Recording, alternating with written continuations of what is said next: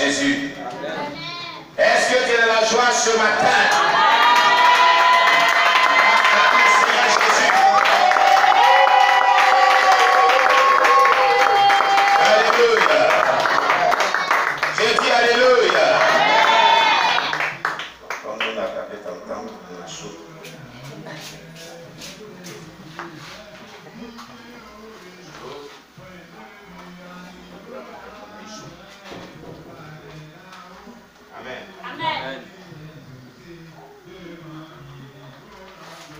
Gloire à Jésus. Amen. Voilà. Il faut vraiment se réjouir dans la présence de Dieu. Amen. Car cela est très important. Amen. Et quand tu te réjouis dans la présence de Dieu, le diable, il est confus. Lui qui croyait attristé, lui qui croyait angoissé, il voit que tu es heureux. C'est comme des bombes qui tombent dans son royaume.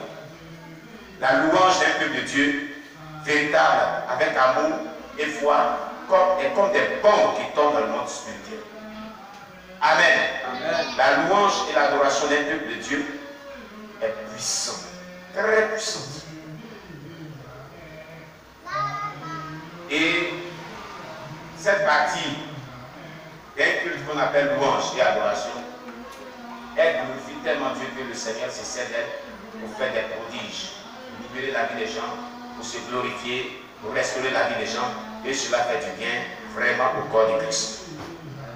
C'est ce que tu dois retenir. Amen. Amen. Je vais vraiment rendre gloire à Dieu. Amen. Il nous fait la grâce de l'écouter chaque fois ici, dans son amour véritable. Amen. Amen. Nous allons voir la suite de notre série de messages sur l'onction. L'onction du Saint-Esprit. L'onction du Saint-Esprit. Alléluia. L'onction du Saint-Esprit. Amen. Cette série de messages, elle est très utile et nous devons la poursuivre. Alléluia. Amen. La dernière fois qu'on avait vraiment parlé de ce thème merveilleux, nous avions vu donc successivement.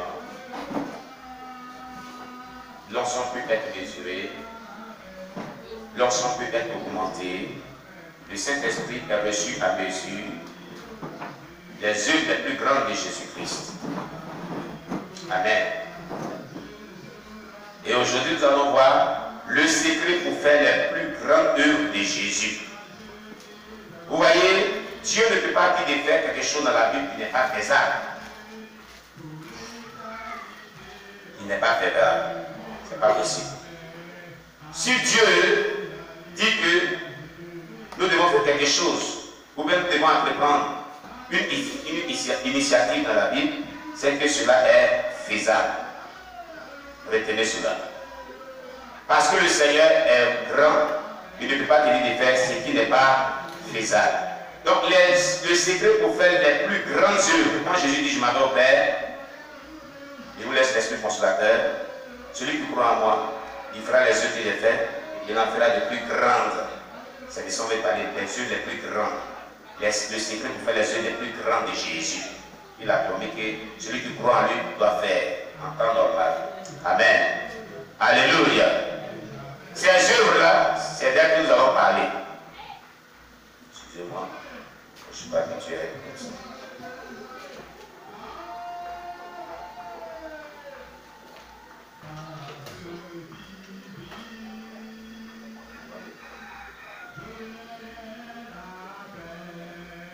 Amen. Amen. Gloire à Jésus. Amen. Que le nom de Dieu soit béni. Amen. La clé principale pour les œuvres de Jésus et les plus grandes œuvres est en apprenant le secret d'union avec Christ. Je reprends. Alléluia. Amen-toi bien. La clé principale pour faire les œuvres de Jésus et les plus grandes œuvres Et en apprenant le secret d'union avec Christ. Pour que vous puissiez faire les œuvres les plus grandes de Jésus, il va falloir que vous appreniez le secret d'être unis avec Jésus-Christ. Le secret d'être unis avec Jésus-Christ. Le secret de l'union avec Jésus-Christ. C'est ce secret d'union avec Jésus-Christ qui peut vous amener à faire les œuvres les plus grandes de Jésus. Tant que vous n'avez pas appris le secret de l'union de Jésus-Christ, vous ne pouvez pas faire les œuvres les plus grandes de Jésus. Retenez cela. Amen, amen. Amen. Gloire à Jésus-Christ. Ça veut dire quoi? Il y a un secret qui vous permettra d'être unis avec Jésus-Christ dans l'exercice de votre ministère ou dans l'œuvre que Dieu vous a confiée. Tant que ce secret-là, vous ne le maîtrisez pas et que vous ne le mettez pas en pratique, vous ne pouvez pas y arriver. Vous ne pouvez pas y parvenir. Amen. Gloire à Jésus-Christ. Vous ne pouvez pas. Faire les œuvres les plus grandes de Jésus-Christ, c'est être uni avec Jésus-Christ. Mais comment être uni avec Jésus-Christ? Comment arriver à être uni avec Jésus-Christ? C'est de cela que nous allons parler. Amen. Être uni avec quelqu'un, c'est quoi? C'est former une seule personne avec lui. Amen. Amen. Je prends un exemple. Pour les agriculteurs qui ont fait le greffage d'une espèce d'un arbre, c'est-à-dire on prend l'arbre des manguiers, n'est-ce pas? D'un fruit de manguier qui est, parce qu'il y a plusieurs fruits de manguier, plusieurs fruits de manguier. On peut prendre le fruit de manguier du mangue camerounaise, n'est-ce pas? Le fruit de manguier des mangues de bois, qui est les petites sucettes, et on fait un greffage. Ça va donner un autre type de manguier et un autre type de mangue. Donc quand vous vous greffez à Jésus-Christ, c'est-à-dire vous mettez en union avec lui, vous devenez comme Jésus, si vous suivez les principes de ce secret. Ce qui va faire que ce que vous allez dire, ce que vous allez faire, ne sera plus pour votre volonté, mais ça sera la volonté dominante de Jésus-Christ, et Jésus va se glorifier au travers de vous. Amen. Amen. Amen. Amen. C'est ce que Jésus a dit lui-même. Il dit, moi et mon Père, nous sommes un. Les paroles que je vous dis ne sont pas de moi. C'est le Père qui est à moi qui les dit. Ce que j'ai fait, ce n'est pas moi qui le fais, c'est le Père qui est à moi qui le fait. Amen. Amen. Voilà. C'est ce que Jésus a dit. Parce qu'il dit, lui et son Père, ils étaient un. Donc ils étaient unis. N'est-ce pas? N'est-ce pas? Amen. Secret pour faire des œuvres les plus grandes de Jésus. Ne crois-tu pas que je suis dans le Père et que le Père est en moi? Les paroles que je vous dis, je ne les dis pas de moi-même. Et le Père qui demeure en moi, c'est lui qui fait les œuvres. Croyez-moi, je suis dans le Père et le Père est en moi. Croyez-moi à cause des œuvres. Vous avez vu, Jean chapitre 14, verset 10 à 11. Jean chapitre 14, verset 10 à 11. Vous avez vu? Vous avez compris?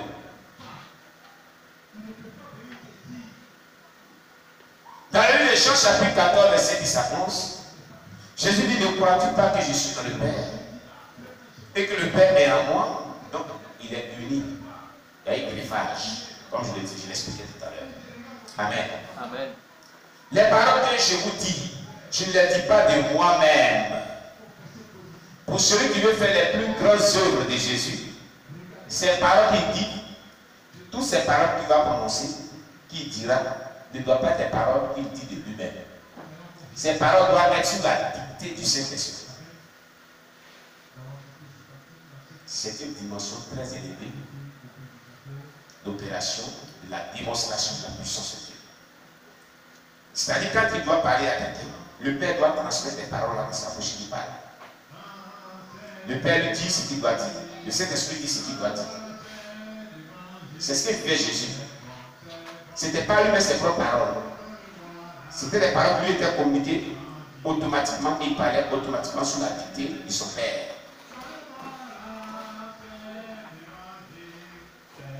Arrivé à ce niveau de dimension spirituelle, vous ne faites plus rien pour vous-même.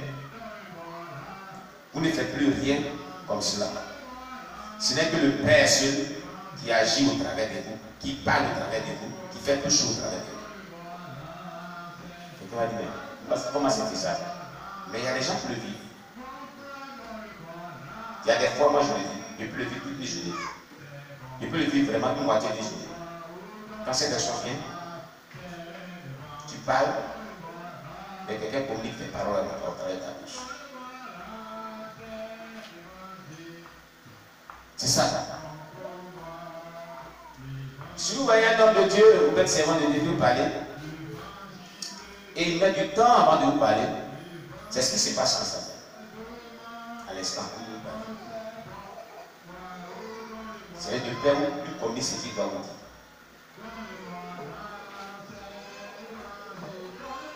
Et ces gens de personnes sont très lents à parler. Ils vous écoutent très lentement. Ils parlent très lentement. Ils ne parlent pas si vite. C'est comme ça. Vous voyez un homme de Dieu qui est tranquille, vous parlez qui est tranquille, et vous attendez le moment, puis depuis il ne parle pas. C'est ce qui se passe dans sa vie. Jésus dit les paroles que vous attendez de moi ne sont pas de moi. C'est le Père qui est en moi qui les transmet. C'est ce que ça veut dire. Donc tout ce qui sortait de la bouche de Jésus-Christ n'était pas de ses propres paroles. C'était le Père qui parlait au travers de lui. Si vous vivez cette vie, cette dimension de l'esprit, arrivé à ce moment, je vais vous dire une chose. Et c'est aussi là le secret au travers duquel Dieu vous révélera la vie des gens. Dieu vous parlera de la vie des gens. Dieu vous donnera des prophéties de la vie des gens. Car si vous vivez comme cela, rien ne vous sera caché. Les paroles qui sortiront de vos bouches seront toujours ointes. Parce que ce ne sont pas vos paroles. Les paroles de l'Éternel sont toujours ointes. Seront toujours accompagnées d'une certaine onction. D'une certaine onction. D'une certaine onction. C'est pour ça que les paroles de Jésus étaient toujours imbibées et ointes. Parce que ce n'étaient pas ses paroles. Ce sont les paroles du Père. C'était les paroles du Père. Les paroles que je vous dis, je ne les dis pas de moi-même. Et le Père qui demeure en moi, c'est lui qui fait les œuvres. Ça veut dire, ici, toute œuvre qu'il accomplit, tout acte qu'il pose, toute conduite qu'il a, tout ce qu'il fait dans l'œuvre, toute délivrance, toute guérison, toute libération, tout miracle, c'est le Père qui le fait. Pourquoi? Parce que le Père, il vit sous la dictée du Père. Il ne fait que ce que le Père dit. Il ne dit que ce que le Père dit. Il pense le Père, il vit le Père, il parle le Père, il fait des mouvements le Père, tout ce qu'il fait le Père, donc le Père va travailler et même aussi au travers de lui. Il ne fait rien sans que le Père lui dise de faire. C'est ce que je t'avais dit. En d'autres termes. Tout ce qu'il fait, c'est le Père qui le fait. C'est ce que je t'avais dit. Il vit une volonté parfaite de Dieu. Rien qu'une volonté parfaite de Dieu. C'est ce que je t'avais dit. Alors, il dit, croyez-moi à cause des œuvres.